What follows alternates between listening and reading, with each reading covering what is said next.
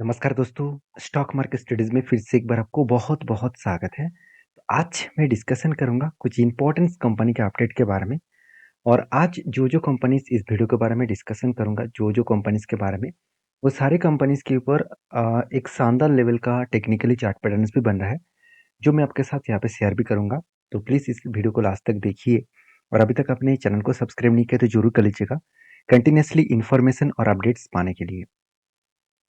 तो सबसे पहले जो कंपनीज़ है, उसके बारे में मतलब सबसे पहले जो कंपनी है, उसका नाम है आरबीएनएल, रेलवे विकास निगम लिमिटेड। तो इस कंपनी के बारे में एक ही बात कहूँगा कि इस कंपनी जब से स्टार्ट हुआ, तब से लेकर बहुत टाइम तक एक ही रेंज के ऊपर ट्रेड किया और जब भागना स्टार्ट हुआ, तब ये कंपनी रुके नहीं और आज तक भी कंपनी कंटिन्यूअसली हायर लेवल को वो ब्रेकआउट करते जा रहा है। अगर इसी चीज़ को मैं चार्ट पैटर्न के हिसाब से आपको और 5 साल की डेटा दिखा दूँ, ध्यान से देखना, मैं 5 साल नहीं 10 साल की डेटा दिखा देता हूँ। देखिए, कोविड के पहले से कंपनी एक ही रेंज के ऊपर फँसे हुए थे और वो कहाँ तक? वो 2020 के एंड तक। 2020 खत्म होने के बाद ही शेयर में थोड़ा-सा जंप दिखा, फिर से कंसोलिडेट हो गया, एक ही रेंज के ऊपर कंपनी ट्रेड किया। उसके बाद जो धमाका होना स्टार्ट हुआ, वो अभी तक रुका नहीं, कंटिन्यूअसली हाई होता जा रहा है। और एक चीज़ अब ध्यान देना, थोड़ा-सा ऊपर जाने के बाद होल्ड किया, फिर से ऊपर गया, होल्ड किया, फिर से ऊपर जा रहा है, फिर से होल्ड करेगा। तो इसी तरीके से वो कंटिन्यूअसली जर्नी दिखाएगा। अभी इसको दिखाने का मकसद क्या है? आप सभी जानते हैं आरबीएनएल के ऊपर बहुत बड़ा मतलब आरबीएनएल को बहुत बड़ा प्रोजेक्ट भी मिला। इसको वंदे भारत का जो 200 ट्रेन्स का जो ऑर्डर्स है, वो डायरेक्टली इसको मिला और वो काम किसके साथ करेंगे? रसिया के साथ मिलकर काम करेंगे। तो ये भी मैं पहले वीडियो में आपके साथ डिस्कस किया था और एक चीज़ मैं इस कंपनी के बारे में बताना चाहता हूँ। कंपनी गवर्नमेंट कंपनी है और कंपनी को स्टेबल रखने के लिए अगर कोई गड़बड़ी ना हो, शेयर में और करेक्शन ना हो, तो इसलिए प्रोमोटर के पास जो ज़्यादा होल्डिंग्स था, उसको बेचा गया। क्यों बेचा गया? देखिए कितना होल्डिंग था वो पहले देख लीजिए। 78% के आसपास होल्डिंग था। तो हमेशा आपको एक चीज़ याद रखना है, किसी भी कंपनीज़ के ऊपर अगर ज़्यादा होल्डिंग्स है, तो वहाँ पे एक चीज़ आपको ज़रूर देखना है, वो है कंपनी का होल्डिंग्स 75% के ऊपर होल्डिंग कितना है। 75% के ऊपर अगर ज़्यादा होल्डिंग्स हो, तो उस होल्डिंग्स को उसको क्या करना पड़ेगा? बेचना पड़ेगा। अगर बेचेंगे, तो यहाँ पे एक शेयर मतलब शेयर का प्राइस का एडजस्टमेंट भी हो जाएगा। तो इस शेयर का प्राइस का एडजस्टमेंट होने के बाद यहाँ पे करंटली जो प्रोमोटर के पास जो होल्डिंग्स है वो कितना है 72% के आसपास। तो मेरे कहने का मतलब है कंपनी का जो प्रोमोटर का होल्डिंग्स है वो कुछ इस तरीके से देखने को मिला। प्रोमोटर होल्डिंग कंटिन्यूसली एक मतलब देखा जाए तो लेवल्स में आ चुके हैं। प्रोमोटर के पास जितना होल्डिंग होना चाहिए था उतना ही होल्डिंग देखने को मिला। अभी एफ के और डी के बारे में बात करूँ तो वो भी देखिए धीरे धीरे करके खुद का स्टेक बढ़ा रहा है। अभी इतना स्टेक प्रोमोटर के पास जो पहले होल्डिंग्स था वो भी खुद खुद का स्टेक बढ़ा चुके हैं। कुल मिलाकर टोटल 9,50,000 से भी ज़्यादा टोटल शेयर होल्डर इस कंपनी के ऊपर निवेश करके रखे हैं। जो पिछले 3 साल के पहले डेटा दिखा दूं तो कंपनी के ऊपर सिर्फ 6,60,000 शेयर होल्डर इसके ऊपर एंट्री करके रखे थे। तो शेयर होल्डर बढ़ते जा रहा है जिसके लिए इस कंपनी के ऊपर ग्रोथ होने का चांसेस भी ज़्यादा रहेगा। मान के चलिए मैं एक एग्जांपल दे रहा हूँ। मान के चलिए टोटल 1 लाख रुपया में मान के चलिए 2 व्यक्ति ट्रेड कर रहा है। तो 2 व्यक्ति ट्रेड कर रहे हैं मतलब यहाँ पे रिस्क ज़्यादा है। अगर इसी 1 लाख में मान के चलिए 500 लोग ट्रेड कर रहा है तो इसका मतलब यहाँ पे वोलेटिलिटी तो ज़्यादा होगा मगर फिर भी यहाँ पे बायर सेलर का पेजेंस रहेगा। तो जहाँ पे चांसेस ज़्यादा रहेंगे कि ज़्यादा से ज़्यादा बायर आए तो उसको ऊपर लेके जाएंगे, ज़्यादा से ज़्यादा सेलर आए तो उसको नीचे लेके आएंगे। अगर दो दो तीन व्यक्ति मतलब कम अगर ट्रेडर्स और इन्वेस्टर अगर उसके ऊपर काम करेंगे तो वहाँ पे एक रिस्की जोन बन सकता है। इसलिए जितना शेयर होल्डर बढ़ेंगे उतना ही कंपनी के लिए खास बनेगा। कंपनी ऑर्डर बुक के हिसाब से एक रिपोर्ट पब्लिश किया क्योंकि RBNL has a strong order book over 65,000 crore और वो भी अच्छा खासा स्ट्रॉन्ग ओवर मतलब इस तरीके से ओवर ऑर्डर बुक की किस लिए किया गया आप देखेंगे तो focusing on railway, metro and जो अदरवाइज जो प्रोजेक्ट्स है उसके ऊपर कंपनी फोकस रखने के लिए टोटल 65,000 करोड़ का ऑर्डर बुक किया। और और एक चीज आप देखेंगे the company is confident its ability to execute project and maintenance positivity मतलब सॉरी पॉजिटिव ग्रोथ मतलब जो पॉजिटिव ग्रोथ होने वाला है उसके लिए कंपनी ऑर्डर बुक कितने किए 75,000 करोड़ से 1,00,000 करोड़ तक। तो सोचिए इतना बड़ा अगर कंपनी टारगेट लेके चल रहा है, तो क्या उस कंपनी का ग्रोथ नहीं होगा? आप इस चीज़ को सबसे पहले समझिए। और इसीलिए मैं बार-बार बोलता हूँ कंपनी के ऊपर आपको फोकस रखना चाहिए, क्योंकि लास्ट कुछ डेज़ से देखा जाए तो आरबीएनएल के ऊपर कंटिन्यूअसली जो होल्डिंग्स है, वो कुछ इस तरीके से देखने को मिला। उतना ज़्यादा होल्डिंग्स नहीं है। क्यों कम होल्डिंग्स हो रहा है? क्योंकि कंपनी आज टॉप लेवल में है और इस टॉप लेवल में ज़्यादा से ज़्यादा होल्डिंग कोई उठाना नहीं चाहेंगे। तो यहाँ पे देखिए एक पैटर्न्स बना था, shoulder cum head, sorry, cup with handle patterns बना था और उसको ब्रेकआउट भी किया और यहाँ पे 22% के आसपास टारगेट भी बना। और देखिए यहाँ पे एक चीज़ बता दूँ कि कंटिन्यूअसली जब जर्नी होता है ना, तब एक रिस्की ज़ोन में आपको देखने को मिलता है। क्योंकि इसके ऊपर कितना दूर जाएगा, कितना क्रैश होगा, आपको पता ही नहीं है। तो हमेशा जब टॉप लेवल में कोई भी कंपनी भाग रहा है, तो उसके ऊपर सँभल के काम करिएगा। अगर कोई पैटर्न इस तरीके से फिर से बने, तो उसके ऊपर एंट्री लेने के लिए ज़रूर सोचना चाहिए। तो फिलहाल के लिए मैं कोई एंट्री नहीं लूँगा। तो पहले जो एंट्री बना था, तो वो तो अचीव हो चुके हैं। नेक्स्ट जो कंपनी जिसके बारे में बात करूँ उसका नाम है राजेश एक्सपोर्ट।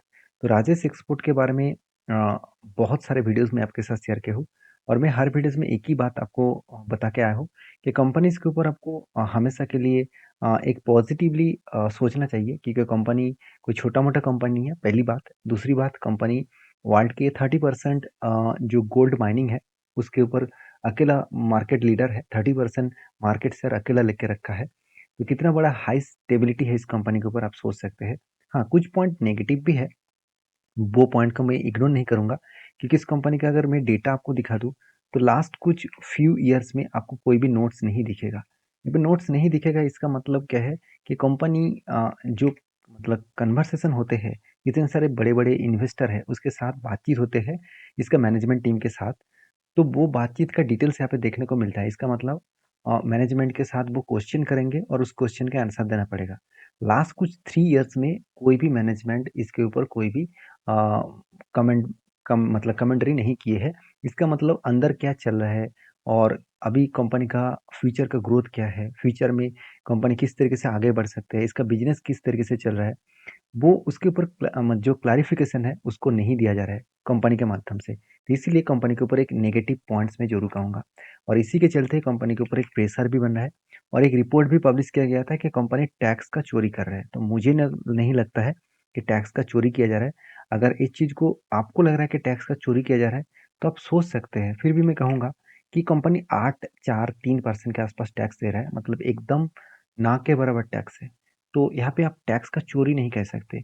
अगर टैक्स का चोरी हो रहा है, तो मेरे हिसाब से क्या जो इनकम टैक्स ऑफिसर है, क्या इसके ऊपर फोकस नहीं रखे है?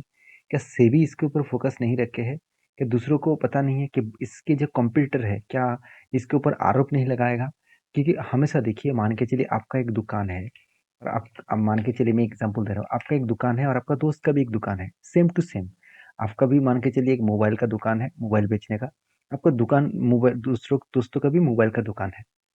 तो आप मन मान के चलिए एक अच्छा खासा बिज़नेस कर रहे हैं और आपका दोस्त भी अच्छा खासा बिज़नेस कर रहा है और उसका ज़्यादा सेल हो रहा है आपके सेल्स के तुलना से। सेम टू सेम प्रोडक्ट है, फिर भी बिज़नेस उसका ज़्यादा हो रहा है क्योंकि वो डिस्काउंट में सेल प्रोडक्ट बेच रहे हैं। आप ये तो ज़रूर खोज मतलब उस दुकान के ऊपर ज़रूर नज़र रखेंगे कि वो कहाँ से इतना डिस्काउंट दे रहा है। तो आपने स्टडी करके देखा कि वो चोरी कर रहा है, मतलब चोरी मतलब 2 नंबर का माल लेकर बेच रहा है। तो इसलिए वो डिस्काउंट में दे पा रहा है। क्या आप इसमें कोई पुलिस कंप्लेंट और कोई रिपोर्ट दर्ज नहीं करेंगे? क्योंकि आपका बिज़नेस तो वो पूरा का पूरा खा रहा है ना। तो इसी तरीके से मैं ये बात आपको इसीलिए समझा रहा हूँ क्योंकि इसका जो कॉम्पिटिटर है, वो टाइटन है, कल्याण ज्वेलर्स है और उसके साथ देखिए वीवो ग्लोबल है। तो इस तरीके से बड़े कंपनी है। तो मतलब वो सारे कंपनीज़ क्या चुप बैठेंगे कि चलो आप चोरी करो, मैं चुपचाप बैठूँगा? ऐसे बिल्कुल भी नहीं। हर कंपनीज़ को देखेंगे, टाइटन, कल्याण ज्वेलर्स, सब सारे कंपनीज़ ने टैक्सेशन पे किया। तो राजेश एक्सपोर्ट ने किया क्यों नहीं किया, इसके बारे में किसी को पता भी नहीं है। तो मुझे नहीं लगता कि इसको आईटी डिपार्ट मतलब सॉरी इनकम टैक्स डिपार्टमेंट को पता नहीं है। पता तो ज़रूर है। कुछ अलग बात हो सकते हैं, जब तक कंपनी मुँह नहीं खोलेंगे तब तक इस सारी चीज़ को पता नहीं चलेगा। फिर भी मैं इस कंपनी के ऊपर एक पॉजिटिवली थिंकिंग लेके चल रहा हूँ क्योंकि कंपनी का बाकी जो परफॉर्मेंस है वो ठीक-ठाक है। सेल्स के मामले में, प्रॉफिट के मामले में सब कुछ आपको पॉजिटिव दिखेगा और इसीलिए मैं इस कंपनी के ऊपर पॉजिटिव हूँ। बाकी इस कंपनी का जो डिलीवरी रिपोर्ट है, देखिए अगर कंपनी में खराबी होता, मैं मान ही लेता हूँ कंपनी में कुछ नेगेटिविटी बात है। मान ही लेता हूँ कंपनी कुछ अंदर गड़बड़ी कर रहा है। तो एक चीज़ मैं सबसे पहले आपको दिखाना चाहूँगा, वो चीज़ क्या है, कंपनी के ऊपर इन्वेस्टर। क्या प्रोमोटर के बाद एफआईएसडीएस खुद का होल्डिंग रखते, खुद माल बेचकर भाग जाता। और दूसरी बात, लास्ट कुछ फ्यू डेज में कंपनी के ऊपर देखिए तगड़ा बाइंग किया जा रहा है। तगड़ा बाइंग किया जा रहा है मतलब सोचिए, वो ही लेवल में बाइंग किया जा रहा है जो लेवल्स में मैं इतने दिनों से चीख चीख कर आपके साथ बोल रहा हूँ कि इस लेवल में मुझे एंटी लेवल मिल चुका है, इस लेवल को जरूर स्टडी करिए। वो लेवल कौन सा है? देखिए वो एक रेंज लेवल है, जिस लेवल को वो बार बार टेस्ट किया ऊपर गया, बार बार टेस्ट किया ऊपर गया, ऐसे एक बार दो बार नहीं, ऑलमोस्ट 5 टाइम्स इस तरीके से हुआ। एक बार, उसके बाद 2 बार, यहाँ पे 3 बार, 4 बार, 5 बार, और यहाँ पे देखिए 6 बार, मतलब 6 टाइम उसी लेवल्स में टच किया। तो यहाँ से फिर से रीबैक करेगा। अगर करंट प्राइस से, अभी करंट प्राइस से अगर मैं इस कंपनी को टॉप लेवल तक जो रेंज है उस तक देखूँ, तो ऑलमोस्ट 50% का टारगेट मिलने का चांसेस है। तो ये कोई मेरे तरफ से कोई रिकमेंडेशन नहीं है कि मैं आपको ये बता रहा हूँ कि कल जाके बाइक लेना, परसों जाके सेल करना। ये आपके हाथ में है। मेरा काम है आपको सारी चीज़ों को दिखाना, और मैं गलत भी जा सकता हूँ। ऐसे नहीं कि मैं 100% सही गया हूँ हमेशा। ज़्यादा से ज़्यादा मुझे जो इस तरीके से पैटर्न्स में आज तक मैं कुछ 3-4 पैटर्न्स को आपके साथ शेयर किया हूँ, और वही पैटर्न्स को फॉलो करके मैं काम करता हूँ। मैं उससे ज़्यादा कोई भी पैटर्न्स को फॉलो नहीं करता हूँ। मैं प्राइस एक्शन को फॉलो करके ही काम करता हूँ, क्योंकि प्राइस एक्शन ही सब कुछ है। क्योंकि आज जितने सारे बड़े बड़े ट्रेडर हैं, जितने सारे बड़े बड़े इन्वेस्टर हैं, वो सारे लोग कोई भी इंडिकेटर, कोई भी पैटर्न्स को फॉलो, मतलब कोई भी टेक्निकली कोई भी इंडिकेटर्स को पसंद नहीं करता है। वो हमेशा प्राइस एक्शन को फॉलो करता है। बाकी आप समझदार हैं, आपके हिसाब से ज़रूर कुछ डिसीजन लेना। मेरा तो एंटी यहाँ पे है, और अगर इस एंटी लेवल, अगर मुझे यहाँ तक करेक्शन दिखे, यहाँ तक मतलब 444 इस लेवल तक करेक्शन दिखे, तो मैं फिर से यहाँ पे क्वांटिटी जरूर उठाऊंगा एज ए एवरेज के लिए। तो बाकी आपके क्या राय है जरूर कमेंट्स करना। नेक्स्ट जो कंपनी उसका नाम है समर्धना मदरसन इंटरनेशनल लिमिटेड। तो समर्धना मदरसन इंटरनेशनल लिमिटेड जो एक देखा जाए तो एक ऑटो इंश्योरेंस कंपनी है। और इस कंपनी के ऊपर सबसे खासियत यही है कि कंपनी बोनस देने का बादशाह है। कंपनी इतने बार बोनस दिया कि कंपनी के शेयर को 100 के आर पार होने ही नहीं दे रहा है। जब भी कंपनी मान के चलिए 110 120 के अंदर चला जाता है, वो फिर से वो बोनस अनाउंसमेंट कर देते हैं। और बोनस के मामले में इस कंपनी एक लीडर है। अगर इस कंपनी का लंबा लिस्ट देखे तो इससे पहले भी बोनस था, वो यहाँ पे कंपनी मेंशन नहीं किया। 2005 से लेकर सिर्फ आपको 1:2 रेशियो का बोनस दिखेगा, हर 2 शेयर में 1 शेयर। इसके मतलब शेयर में प्राइस अगर 100 रुपये चल रहा है, तो उसमें अगर 2:1 का बोनस दिया जा रहा है, मतलब हर 2 शेयर में 1 शेयर बोनस दिया जा रहा है, तो उसका एडजस्टमेंट हो जाएगा 75। तो इसका मतलब जब जब वो 100 के आसपास जा रहा है, उसको प्राइस को ब्रेक करके 75 लेके आ रहा है, और उसका बोनस भी एक्स्ट्रा दिया जा रहा है। तो मुझे तो इस कंपनी के ऊपर बहुत बार में, मतलब बहुत पहले से निवेश करके रखा, और मुझे बहुत सारे बोनसेस भी मिले। और जब इस कंपनी के ऊपर करेक्शन दिखा तब भी मैं एंटी भी लिया, क्योंकि इस कंपनी के ऊपर मुझे बहुत स्ट्रेंथ दिखने को मिलता है। ऑटो इंश्योरेंस इंडस्ट्रीज में इस कंपनी का नाम सबसे ऊपर लिया जाता है। आज इस कंपनी के बारे में डिस्कस करो, अब ध्यान से देखना कंपनी कहाँ पे है, नंबर 1 पे। और नंबर 1 कंपनी के ऊपर आपको तो हमेशा होना, देखना ही चाहिए कि वो नंबर 1 क्यों है, क्योंकि उसका कुछ ना कुछ तो पॉजिटिविटी है। बिल्कुल है। कंपनी देखिए हर चीज़ों को मेंटेन करने के बाद आज तक कंपनी लॉसेस नहीं किया। मानता हूँ कंपनी बीच में प्रॉफिट कम किया, मगर लॉसेस नहीं किया। कंपनी देखिए पहले भी लॉ कम प्रॉफिट करते थे, बीच में फिर से ज़्यादा हो गया, उसके बाद फिर से कम, फिर से ज़्यादा, फिर से कम, फिर से ज़्यादा, इस तरीके से ही पर्सन मतलब परफॉर्मेंस के हिसाब से काम कर रहे हैं। अभी रही बात इस कंपनी के इन्वेस्टर के, तो कंपनी में अगर खराबी होता, क्या इंस्टीट्यूशन खुद का होल्डिंग्स को कंटिन्यू करते, वो पहले से ही माल बेचकर भाग जाता। तो रही बात कंपनीज के डिलीवरी के बारे में, मतलब डिलीवरी परसेंटेज देखेंगे तो लास्ट फ्यू डेज में कंपनी के ऊपर डिलीवरी अच्छा खासा उठाया जा रहा है। अभी क्यों उठाया जा रहा है, उसके ऊपर आपको चार्ट देखना चाहिए। देखिए मदरसन सुमी के बारे में बात करूँ तो यहाँ पे एक पैटर्न क्रिएट हो रहा है। तो यह पैटर्न क्या है आप देखेंगे तो लंबा जर्नी करके कंपनी ने एक कफ विथ हैंड पैटर्न बनाया। देखिए मैं इसके ऊपर बहुत सारे ट्रेड मैं आपके सामने मेंशन किया था। पहली ट्रेड यहाँ पे मेंशन किया था कि कंपनी इस सपोर्ट, मतलब यहाँ पे सपोर्ट बना है, उसके रिवर्सल करेगा, और जब इस लेवल को ब्रेकआउट करे, तभी मैं आपको मेंशन किया था कि यहाँ पे हायर तक जरूर जाएगा, क्योंकि ये जो गैप है इस गैप को वो फिलअप करेगा। फिलअप भी किया। उसके बाद देखिए फिर से इस रेंज को ब्रेकआउट किया, और मैंने यहाँ पे कोई एंट्री नहीं लिया, और मैं यहाँ पे इंतजार करने के लिए बोला था। और देखिए फिर से एक पैटर्न क्रिएट हो रहा है, यहाँ पे देखिए कब बना, और उसके बाद यहाँ पे छोटा सा हैंडल भी क्रिएट हो रहा है, और उसके बाद देखिए ब्रेकआउट भी हुआ। और ध्यान से इस चीज़ को देखना, यहाँ पे छोटा-सा हैंडल देखिए हमेशा आपको क्लियरली इस तरीके से कफ विथ हैंडल बटन दिखाएगा, ऐसे होगा नहीं। कभी-कभी आपको छोटा-सा हैंडल दिखाएगा, तो वो ही देखकर आपको समझना पड़ेगा। और मैं यही इसीलिए बोल रहा हूँ कि ये कंपनी का जो यहाँ पे पैटर्न क्रिएट हुआ है, उस पैटर्न को अगर मैं मार्किंग करूँ, मैं अगर डाउन साइड से टॉप लेवल तक मार्किंग करूँ, तो एक बड़ा-सा टारगेट बन सकता है। वो टारगेट कहाँ तक होगा? वही लेवल तक होगा जो इसका प्रीवियस हाई है। इसका लाइफ टाइम हाई है, उसी के रेंज के अंदर बन रहा है। तो इसका मतलब हायर पॉसिबिलिटी है, यहाँ पे कुछ टाइम बिताने के बाद अगर ब्रेकआउट करे, तो बड़ा-सा एंट्री लेवल्स यहाँ पे मिलेगा। तो बाकी आप समझदार हैं, उस हिसाब से ज़रूर काम करना। नेक्स्ट जो कंपनी जिसके बारे में बात करूँ उसका नाम है जुग डेकोर लिमिटेड। तो जुग डेकोर लिमिटेड के बारे में डिस्कशन करूँ तो कंपनी के ऊपर अपर सर्किट और लोअर सर्किट का परफॉर्मेंस ही आपको देखने को मिलेगा। तो इस तरीके से कंपनी से मैं हमेशा दूर रहता हूँ। फिर भी आपके कमेंट्स के हिसाब से मतलब जितने सारे दोस्त कमेंट करते रहते हैं कि सर कभी भी किसी भी कंपनी के ऊपर अगर बोनस स्प्लिट का अनाउंसमेंट आए तो एक बार ज़रूर हमारे साथ शेयर करना। तो इस कंपनी के ऊपर एक बहुत बड़ा अनाउंसमेंट आया। हा 15:100 का बोनस अनाउंसमेंट करने वाला है। इसका मतलब हर 100 शेयर में कंपनी आपको 15 शेयर देने वाला है।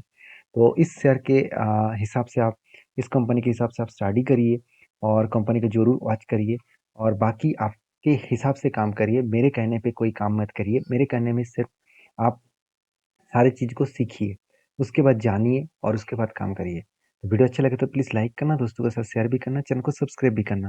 मिलते हैं नेक्स्ट वीडियो में, तब तक के लिए अच्छे से रहिए, अपना ख्याल रखिए। धन्यवाद।